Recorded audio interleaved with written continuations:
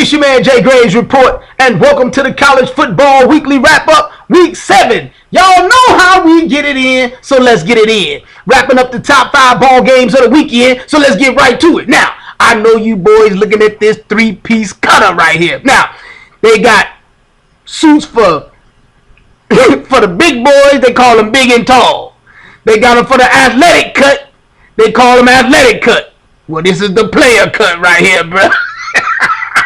You can't get you one of these unless you got the DNA of a player. So that knocks out about 95% of you boys watching this. So just check it out and let's stay with your boy. Now, let's move on to the first ball game. We got UCLA, number 18 UCLA, going out to play Stanford at Palo Alto, number 18 Stanford.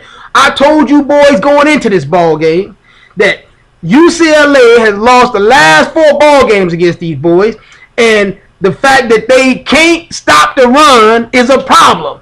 In each of the last 4 games before yesterday, when they got the brakes beat off of them on Thursday, 56-35, previous 4 ball games, they had given up at least 192 yards on the ground. So I already told you that Christian McCaffrey was going to go to work on these boys. That done went out there, had 243 yards, 4 touchdowns. He had a 70-yard run, a 96-yard kickoff return to set up a score. Then he had 3 more touchdowns. He broke Toby Gerhardt's school record of 223 that was set in 09. It was a problem. These boys from UCLA can't tackle, can't stop the run. It's a problem. And the biggest problem I got with this ball game, Jim Moore, when you gonna let Justin Combs play, bro? His old man worth $750 million. That gotta be worth something to you, bro. At least let that done get out there and get his shoes dirty. I mean, he going out there every week. Uniform, they didn't even wash his uniform in 4 years, bro. He got like 3 or 4 tackles in 4 years. Come on, bro. Just let him go out there, get his mouthpiece wet, get his doggone shoes dirty. Hey, just at least let him put on a headset so he can look like he on the team. Let's move on to the next ball game. Now, let's go down to the SEC. We got number 10, Alabama, goes out to Kyle Field to play number 9, Texas A&M. Now, Texas A&M have been rolling going into this ball game. I told you boys, Alabama was going to beat the brakes off these boys. They beat them 41-23. Going into this ball game, Kyle Allen been putting in work. He had 79 passes without an interception. Then that done went out here and went down when he saw the Alabama Crimson Tide. He threw 3 dub picks and 2 of them to 1 cat on pick 6s. Minka Fitzgerald had 2 interceptions, both pick 6s. How does that happen, bruh? And Derrick Henry just went out here and went to work on these boys. Derrick Henry had 236 yards, 2 touchdowns, which is a career high for this boy. Alabama is rolling right now. Unfortunately, Alabama's only loss was to Ole Miss. Ole Miss went out there and went to bed yesterday up in Memphis. This ain't basketball season, bro. You got out there and got beat by Memphis. You ain't supposed to get beat by Memphis. I don't care if they undefeated, playing well or not. It's Memphis, and you supposed to be in the vaunted SEC. That's a problem. Now, so I don't want to hear nothing else from about Ole Miss. Alabama is rolling, but that one loss might hurt them down the stretch. We'll see. Now, let's move on to the next ball game. We got to go out to South Bend. I got to laugh when I even think about it. You got USC.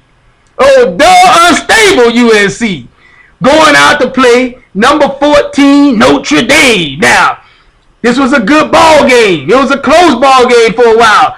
Notre Dame scored 17 unanswered in the 4th quarter to win this ball game because you got Deshaun Kaiser, the Black Dutchman, a German, whichever you more comfortable with. He went out here, did what he's supposed to do, was 15 of 24, 227 yards, 2 touchdowns. But CJ Precise, always putting in work. The workhorse. He was 19 carries, 143 yards, 2 touchdowns. Cody Kessler didn't play a bad game, bruh. He was 30 of 46, 365 yards, but he threw 2 touchdowns and 2 dub picks. But the problem I had in this ball game, beginning of the game, I saw Pat Hayden go down. He had some heart problems. The Dunn took a knee on the sideline. So I was worried about him. But then I thought, before they told me that he had some heart problems, I thought that the leprechaun spiked his Viagra in his Mad Dog 2020. He got in the Steve Sarkisian's stash on the plane and had a little bit too many drinks and too much Viagra, and it got to him before the game started. But I'm glad to see Pat Hayden is fine. Once they get him out the hospital and he fine, he flew back to LA. Once he's feeling better, fire that Dunn, because he don't need to have a job.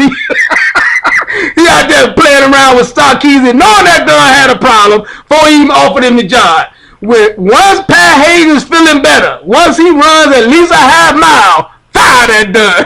Let's move on to the next ball game. Now we're gonna stay in the SEC.